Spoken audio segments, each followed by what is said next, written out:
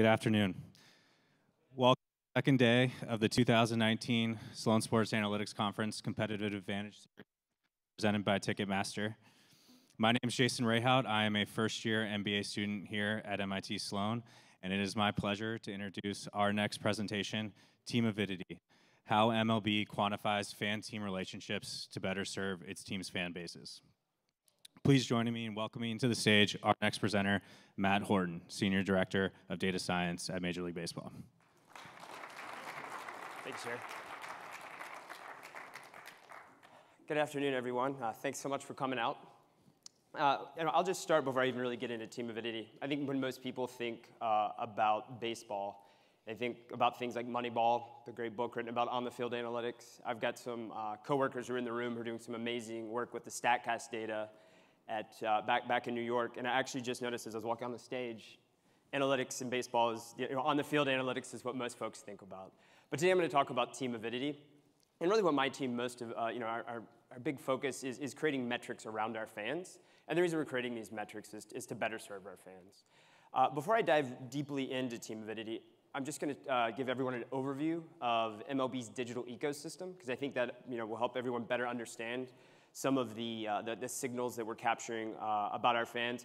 And then I'll briefly touch on how we've historically thought about favorite team and perhaps some of the shortcomings with that.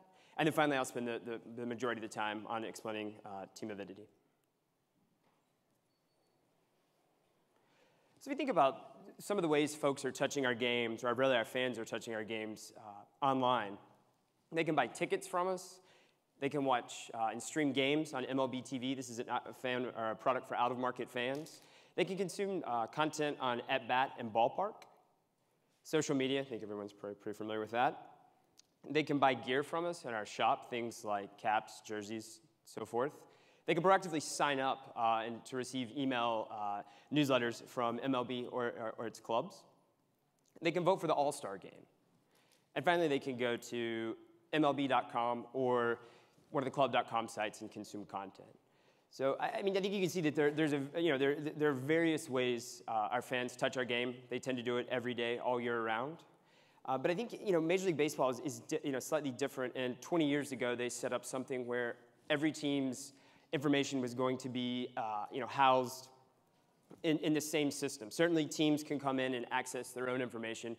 But since this is a competitive advantage talk, one of the things by the league doing something like this is we can look across, we can look across all interactions a fan has and truly get to, what team is a fan's favorite. So now that I've kind of outlined the ecosystem that we're working with, I'm going to just briefly touch on historically how we've thought about favorite team in the past. So historically, it was siloed by data source. So I've got some data sources up here across the top. I've got tickets, Mlb TV, shop, and At Bat. And generally speaking, if you look in one data source, favorite team, oh yes, this is that fan's favorite team, but then you really ran into some mixed signals if you started looking across those data sources. I'm just going to outline a few examples here. So we have this fan, and they bought Houston Astros tickets, because historically we'd always thought whoever, when you buy tickets, whoever the home team is, that's who you're a fan of. And let's say, but then they have an MLB.TV subscription, and the majority of the games they're watching are Mariners games. And then if we look at their at-bat usage, they're consuming both Astros and Mariners content. You look there and you're getting mixed signals. So we not only do not know who their favorite team is, we don't have an idea of how strong that relationship is. Fan 2, they have an MLB.TV subscription, but they're streaming roughly equally Cardinals and Royals games. And let's say that they bought a Royals hat from our shop. Again, we're getting mixed signals from looking at it by data source. And we have Fan 3. They purchased Pirates tickets.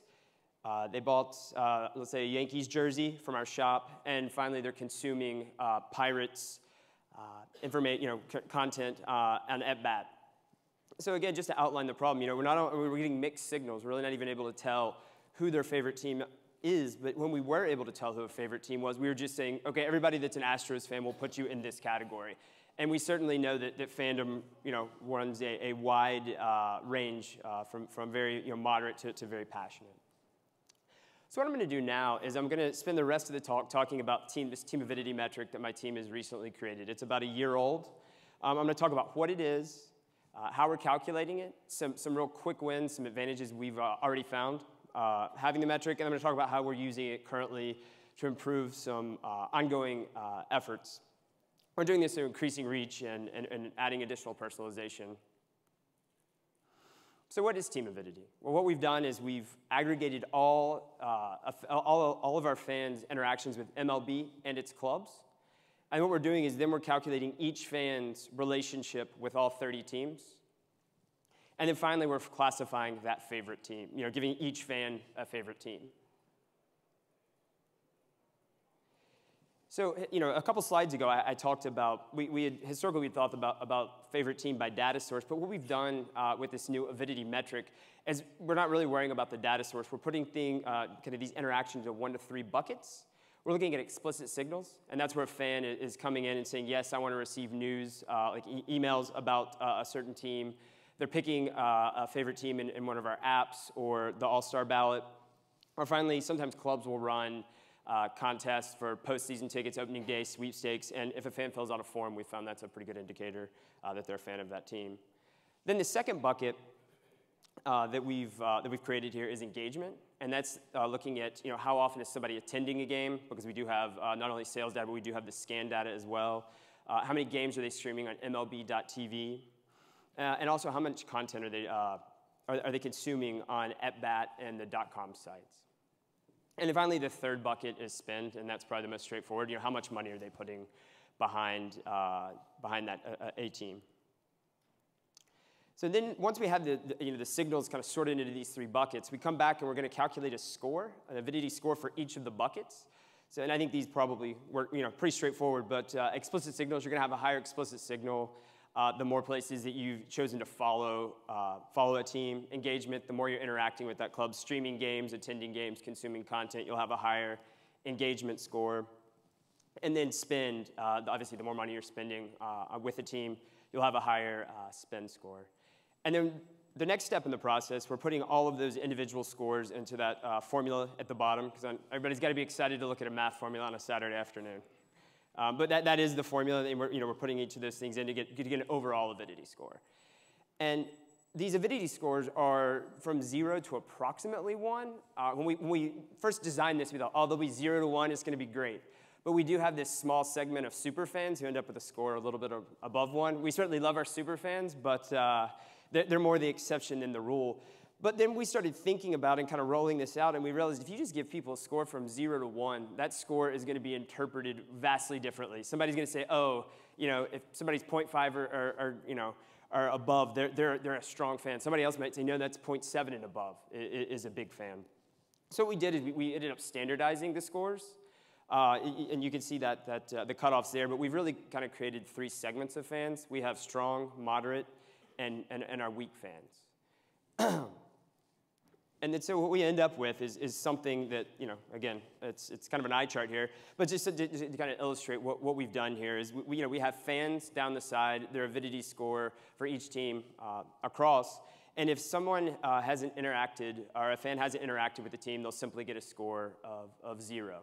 But I think in doing this, we also discovered a few other things. If you look at the first fan on this chart, you can see that their Avidity for most clubs is very low, but you get to the Blue Jays and it's like, wow, they're a big Blue Jays fan. But if you come down, I think it's like 6 or 8 rows, it's the one that you can see that they're both a pretty strong Mets fan and a pretty strong Toronto fan. That you also found, we found these there's a group of our baseball fans who don't really truly have just one favorite team.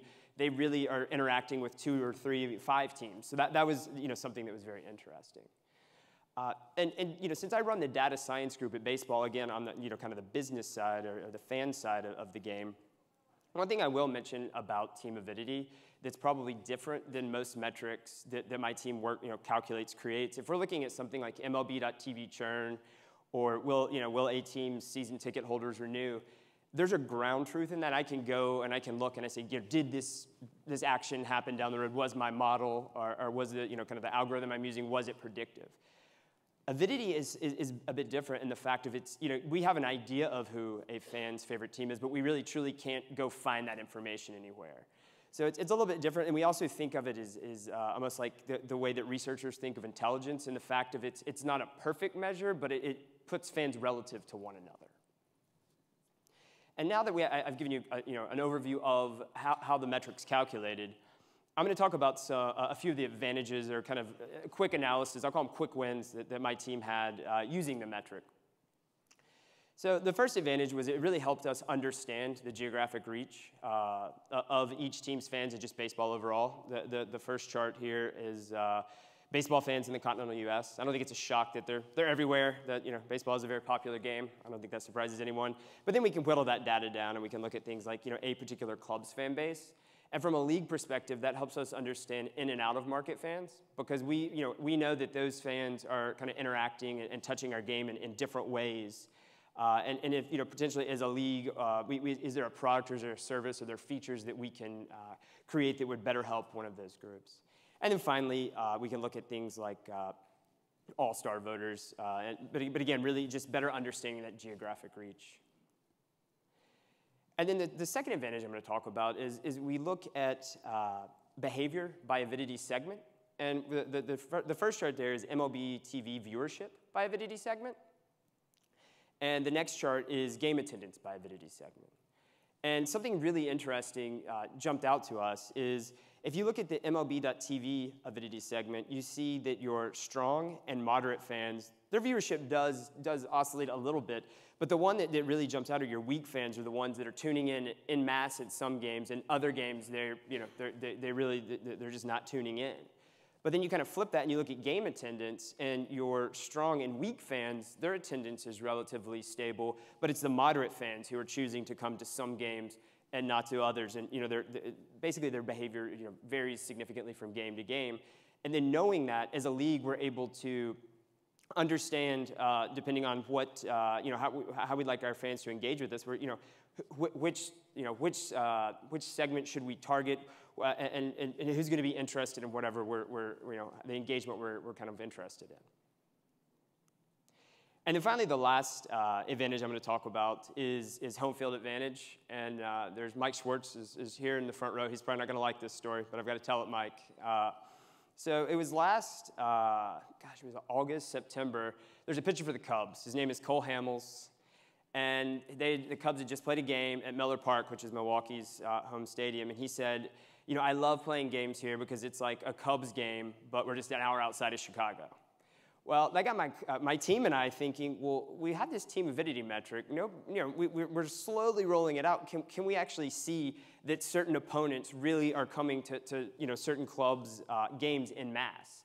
And then we have a couple charts that obviously it's anonymized, but you can see that there are some pretty big swings there for certain opponents. And one thing we found that's really interesting with this home field advantage, to better serve our fans, is we can actually use it as kind of a call to action that really resonates with fans. It's come out and support the home team, because we feel our data is showing that, hey, the away team is going to bring a lot of fans. Let's make sure we don't lose that home field advantage.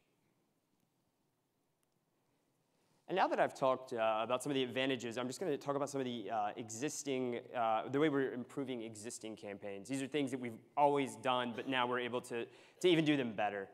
The first thing is baseball's always notified out-of-market fans their team was coming to their area. You see a message to Phillies fans in the Atlanta area, a message to Rays fans in the Chicago area, and what we're able to do with Team Avidity, first of all, the real big win for us was we're able to identify far more out-of-market fans than we ever have been before.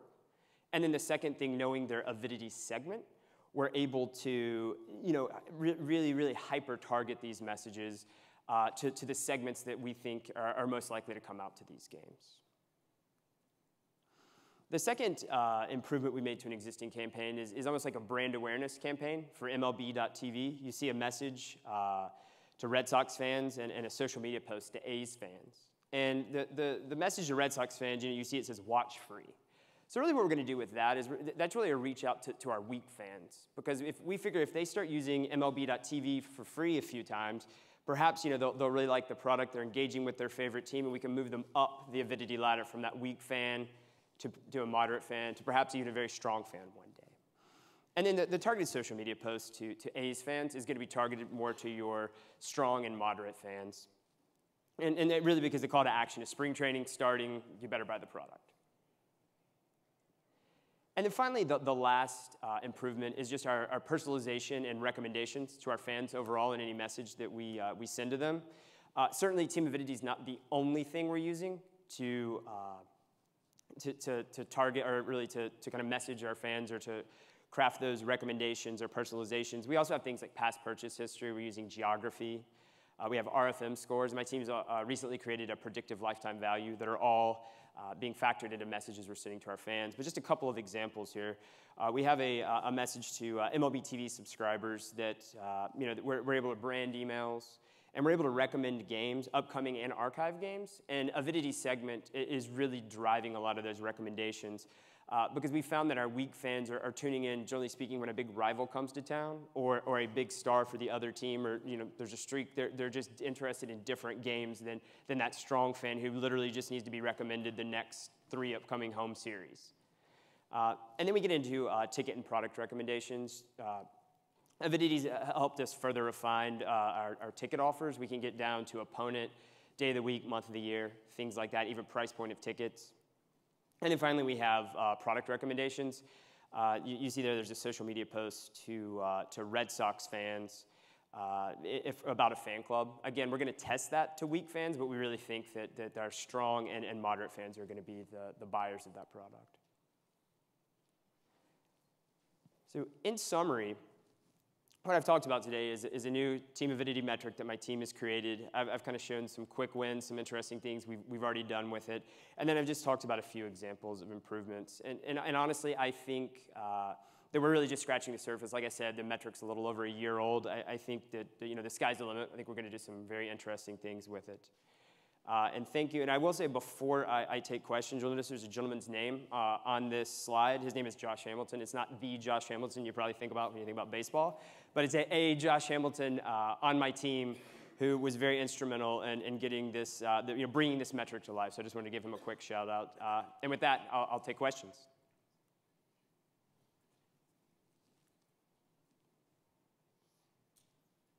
In the back?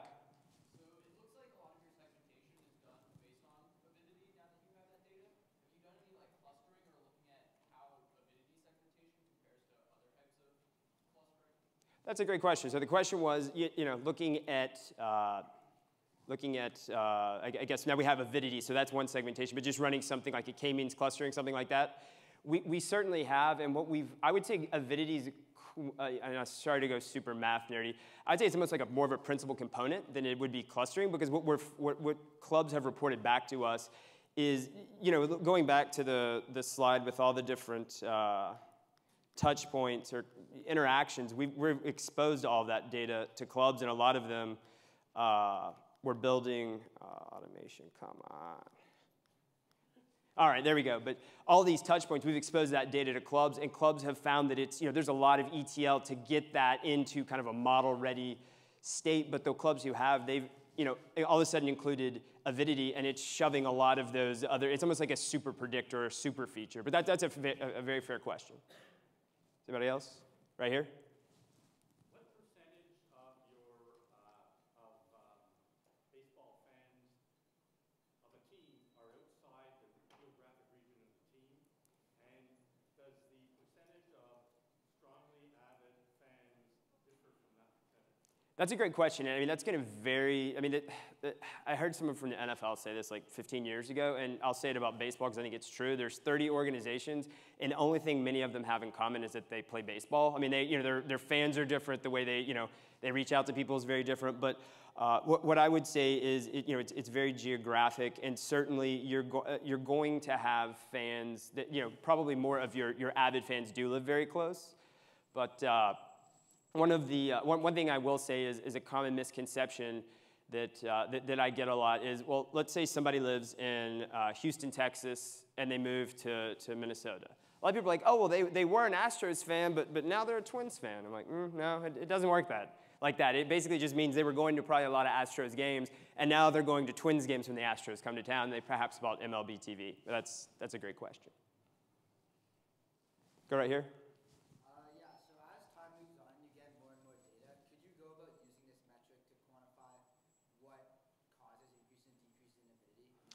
That's a fantastic question. I'm glad you actually asked it. The question is, now, looking over time, can you start to compare avidity scores? I think is kind of the, and then when someone's avidity score changes, why does it change?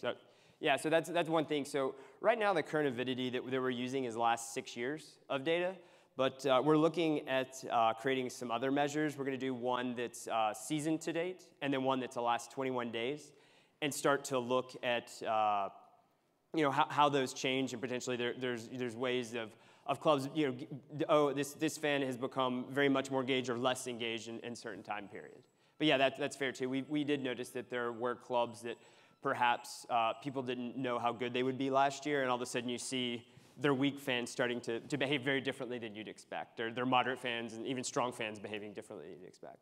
Any other questions? Go right here. So a lot of this data looks like it's direct interaction you're having with fans or feeding this information. Do you buy much data? For example, search data by a local area or a regional area or merchandise purchases on those types of areas to see where those fans are located? That's a fair question. We actually don't really buy. I mean, since a lot of this is just first-party our data, where again, that's a unique thing about baseball is a lot of that is we're going to have that because teams even have information on who's buying in their shop and things like that in stadium. But no, we don't purchase too much data. I'll come over to this side. Yes.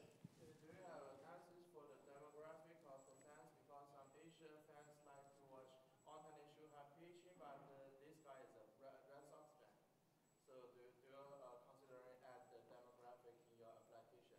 That's the first one. And the second one, I find some fans just streaming the Yankees game, just want to see how Yankees lose the game. That's fair, and we get that. The first question, I'll say we do have demographic data on our fans. It gets into, there's a gentleman on my team who's very much, it kind of leads the ethical part of what we're doing. And I don't, because you get into machine learning and ethics and things like that, and we will overlay the results with demographic data, but we don't necessarily bake them in. And when we do, we don't really find that they're actually that great a predictor. It's almost past behavior is going to be a great predictor of future behavior. And then going to your question about how do you know that we're not picking up someone's team that they really do not like, and I think if you look at the automations again, it looked like such a good idea at the time. No, but these right here, what you'll see is that, let's use that somebody who just does not like the Yankees for whatever reason, their explicit signals, they're not going to choose to follow that team anywhere, probably. Or not many places. There's going to be another team they're following. The engagement with that team might be high, but the engagement with their favorite team is going to be higher. And then they're definitely not going to give the Yankees any of their money. So, we've kind of equivalized it like that. They'll definitely have a relationship with the Yankees, but it probably won't be strong. That's right here.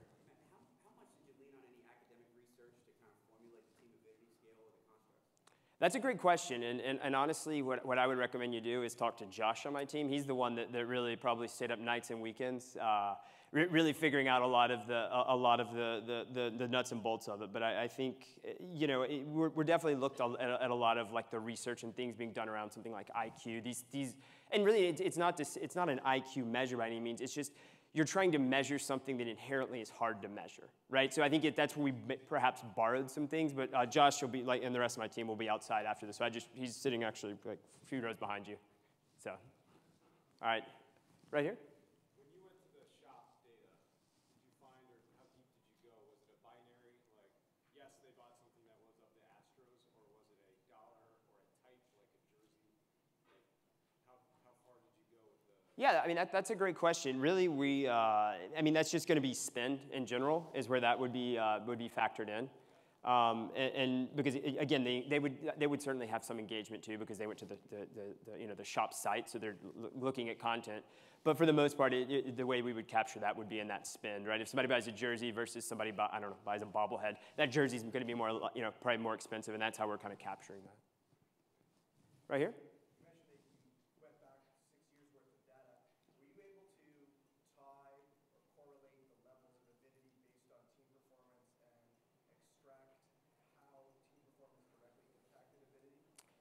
Yes, and I think that's something that that we're doing. I have 36 seconds too, so I got to answer this question quickly. But the question was like, how is team performance affecting these things? And I think we haven't spent. I mean, we spent some time, but not as much as we'd like to really, really understand that. But that's also something we're understanding when we're thinking about, just a lot of things like, sales and if a team makes the postseason, things like that. But yeah, we've looked at it because what you see is you start to see these segments behave very differently than you would think they would. All of a sudden, these weak fans are watching every game, stuff like that. But that's my time. My team and I'll be outside if anybody has any questions. Thank you all so much.